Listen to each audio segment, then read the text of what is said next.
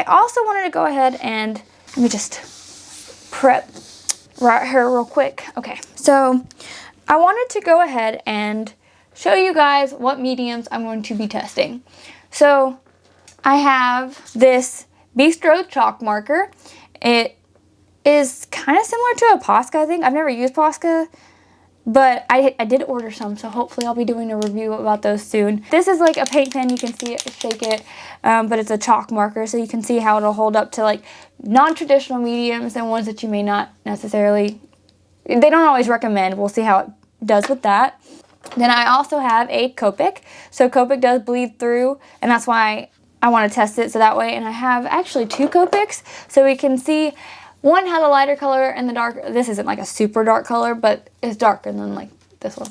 But we can see how they compare and how they bleed through. Does a light one not bleed as much as this one? Things like that. And then I want to blend them together and see how the Illo performs when you blend them. But just for the everyone's reference is watching, this is E21 in Soft Sun. And then this one is RV34 in dark pink. And then I also had and so these are alcohol markers. I don't know if I mentioned that. If you don't know what Copics are, they're like the brand standard of alcohol markers.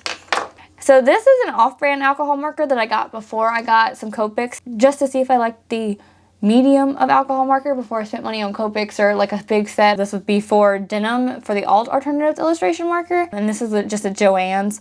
We also have, I'm going to be doing charcoal. So this is just a simple charcoal pencil. It's a Primo charcoal pencil in 59 HB. I got it in a set of charcoal pencils. It's made in the USA. That's about all I know. Not super familiar with charcoal. It is charcoal though. I am going to be doing watercolor. Watercolor is the one I'm most familiar with and enjoy watercolor a lot. I have the Winsor & Newton Cotton watercolor in purple, violet, what is this? Dioxazine purple. I do have a Prismacolor Color Race pencil in lavender, so it's one that I like to sketch with. I do like to sketch in color a lot. I also have 2 different kinds of erasers. Tombow Mono Plastic Eraser that I got off Amazon. It's a soft eraser and it's very nice. I really enjoy it. It's one of my favorite erasers. And I have a Staedtler Mars Plastic Eraser that's just like bloop, bloop, bloop, bloop. I mean, I've used this like forever. This is one of my favorite types of erasers. So this is for more like bigger things that you want to erase, and this is for obviously more details. I do have a Sharpie, just a plain Sharpie fine point, ultra fine point actually. We can see if it actually like bleeds through the paper, because you know Sharpie tends to do that. And then I do have a Pigma Micron in 08, so we can test how the line art does and how it takes and things like that. And then this is a Papermate Flare. This is just a, you know, little, little fine point thing. I just thought it'd be interesting to see if, you know, it bleeds or smears or anything like that. Just another little test. And then obviously a highlighter to see if the highlighter bleeds through. This is just a basic Bic Bright Liner fluorescent highlighter. You know, y'all know what this is. And I think that's about it. Oh, and I have iridescent gold acrylic paint. So we're going to do a little bit of acrylic just to see how it does. So to start off, just so everyone is aware, I know a lot of people do swatches in their sketchbook and they start from the front. This is actually the back page of the sketchbook, so bloop. I like doing this because I don't like swatches. I don't swatch pretty. And so if I swatch, I want it to be in the back unless I have it specifically in mind for a piece, which I obviously will keep with the thumbnails or whatever I'm doing. But if I'm just swatching mediums because I just got them, or like a new Copic to see what color it is, yada yada yada, I always do it in the back of my sketchbooks on a random sheet of paper, just because I really don't like the way it looks, and I don't want to open up my sketchbook and the first thing I see is a bunch of splotches, especially if it's a bunch of splotches, like if it doesn't work. So like if it bleeds through really badly or it doesn't take it, and then it's just like gross as soon as you open it. So that's why I'm starting on the back. So I guess we'll go ahead and start with, let's go ahead and start with the watercolor. So that way that can be drying and we can kind of play with that while we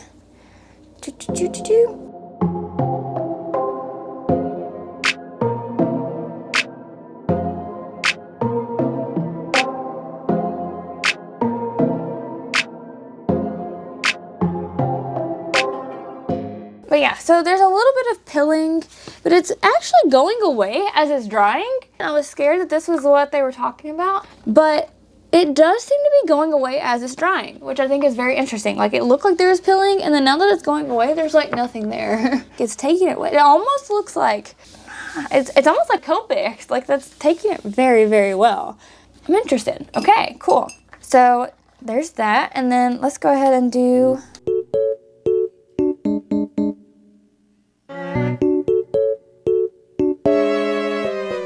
Okay, there's that, and we'll let that dry and see what I'm talking about though with the pilling. You can see it more on this end from here to here. You can see those little bitty dots in there, and it looks almost like the paper's about to like come up, but you can see as it's drying, it's going away. One thing I'm curious about though with the watercolor is I want to see how well it takes up to like damage. I know that sounds terrible, but I'm gonna just, you know, like when you do watercolor and you just overwork the paper, I want to see how much this handle's being overworked and things like that. So far so good. I mean, you can see, I mean, obviously, you know, I'm sitting there like rubbing it over and over and over. It still doesn't like tear up the paper. Like, it's not like causing the holes in the paper or anything like that. So I think that's very interesting.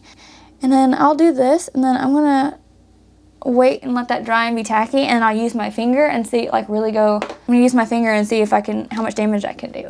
It's actually drying very fast. I'm surprised. So it's taking the paper very well. If you use watercolors a lot, one thing that is a benefit to you is if it takes a while to dry, because then you can continue to move the pigment around within the water. So this seems to be drying pretty fast. I mean, it's still very wet. It seems like if you take a lot of water, obviously it'll take longer to dry. Like this dry pigment's already dry, but this is like not quite. It's taking longer. It will dry very fast. So if you use watercolor and you take your time, you might run into some trouble. Now that this is a little bit tacky, I'm going to take my... can do. Oh, okay, cool. So interesting. So I just like rubbed it, and so you can rub the pigment off, but it still doesn't seem to be going through the paper, which I think is kind of really impressive. And it actually isn't, I mean, it's pilled, obviously. It's not as aggressive as you would expect. Like, it's still fairly smooth, which I don't understand, but you could probably easily go over that and do kind of more of what you wanted. Kind of just like took the top, I don't know, I just expected it to go through it more. Anyway, so that's kind of the watercolor test. Since I have my paintbrush out still, I'm gonna go ahead and do the acrylic. Just give it a good, do that right there. This. Anyway, we're just gonna mix that in a little bit. Maybe we'll get a little bit of a purpley gold. Let's just test out the acrylics. I just wanna see how acrylics performs on this, how much the paper warps, things like that. Oh, that's so shiny. And I'll just do like a good glob, you know, like if you're just really just, I'm gonna layer it. It's basically a canvas. Okay, we'll let that dry.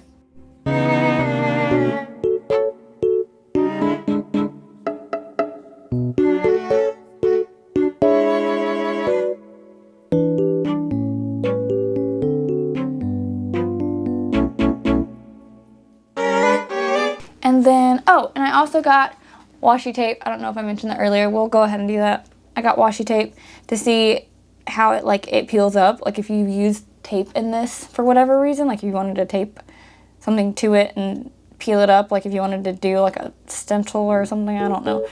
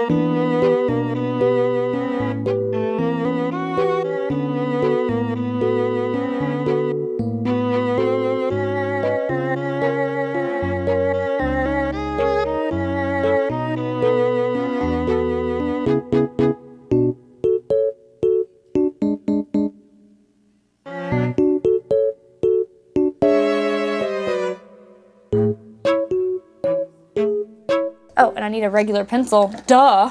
Okay.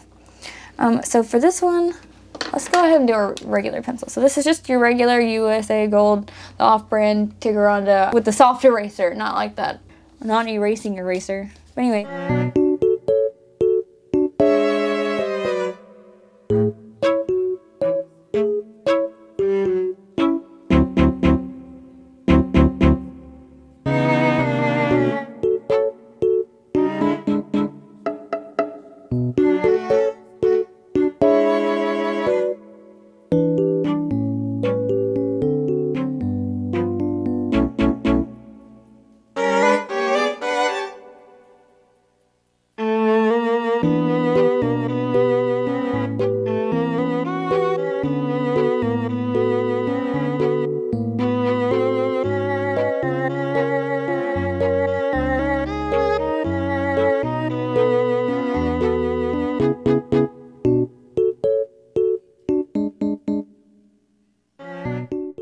Okay, Illo, I see you. I see you. Look at that. Okay, so if you use, like, you really press into it, you can still erase quite a bit. But if you use lightly, the Illo Sketchbook lets you almost, I mean, can you guys even see that? I mean, I can barely see it. I don't even know if it's showing up on camera. It's like gone. So if you use a light hand, the Illo Sketchbook definitely is, oop, I smeared that. Oop. Oh, there it is. But anyway, the Illo Sketchbook is definitely great for erasing, clearly. Oh, I almost forgot to peel up our tape. Oops. Okay, well, it didn't peel up or anything. It got none of it. Doesn't. It feels the same. It doesn't feel like it took anything up or got anything. All in all, you can see like the gradient, it did well. The only thing where it actually really peeled it all was when I literally took my hand and like made it. And then this, which it didn't even like peel that much. Like it just did a little bit. It didn't tear up the paper to where the point it didn't hold the pigment anymore. And everything seems like it's holding up well. Nothing's like smearing or anything. I mean, obviously charcoal does, but that's kind of like, you know, charcoal steel. And then this, the acrylics, okay, it dried well with the acrylics. Is this one still wet? Oh, yeah, it is. Well, beyond the fact that I just touched wet acrylics, it seems like the acrylics, like everything's attaching itself. Nothing's like doing weird. And actually, surprisingly, the paper doesn't feel too warped. Obviously, I'm going to see in more detail, but all in all, I'm extremely impressed with this.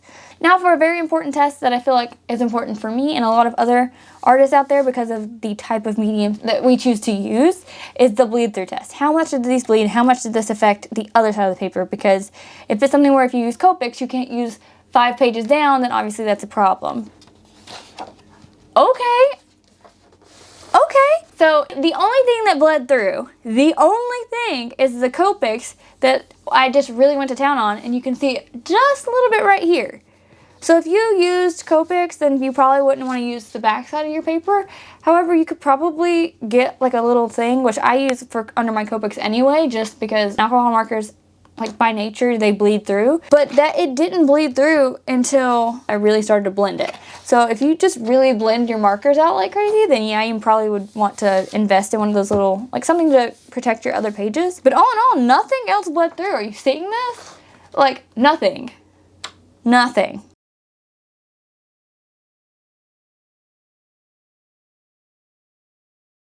Not the bad marker, not the Copic, just see, like you can see right here, this is the Copic, just like one swipe through. Actually, I think it's 2. But, and then this is like the art alternatives, this is the paper. Like this is where the acrylic is, this is where the watercolor is, this is where like that paint marker is. You can't see any of that.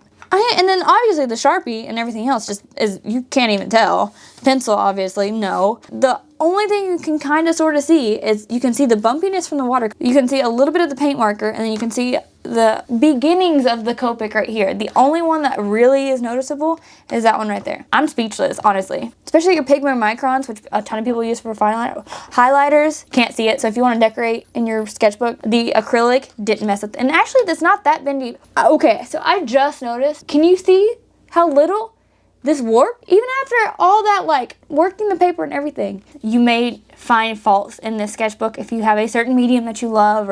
But honestly, for a beginner sketchbook that you can test out, obviously, a variety of mediums from watercolor to acrylic to paint markers to microns to whatever sketches, this is a amazing sketchbook. You can use a variety of mediums. It performs really well. It doesn't break the bank. It's not a $70 sketchbook.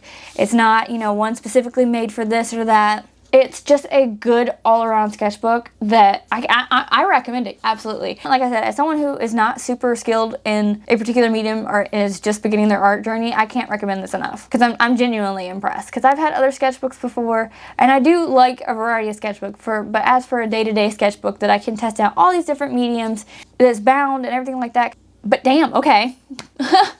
Okay, Illo. All in all, yes, this is highly recommended, and I am so excited because I had such high hopes for Illo, and I was so scared that I was going to be let down, but Illo has 100% exceeded my expectations. So great job, Illo. If you guys have any comments about Illo or sketchbooks or what kind of things that you wanted to see on the channel or any kind of art things, just let me know. Comment it in the description. Thank you guys so much for watching, and don't forget to like and subscribe, and until next time, I will see you guys later. Bye, you guys.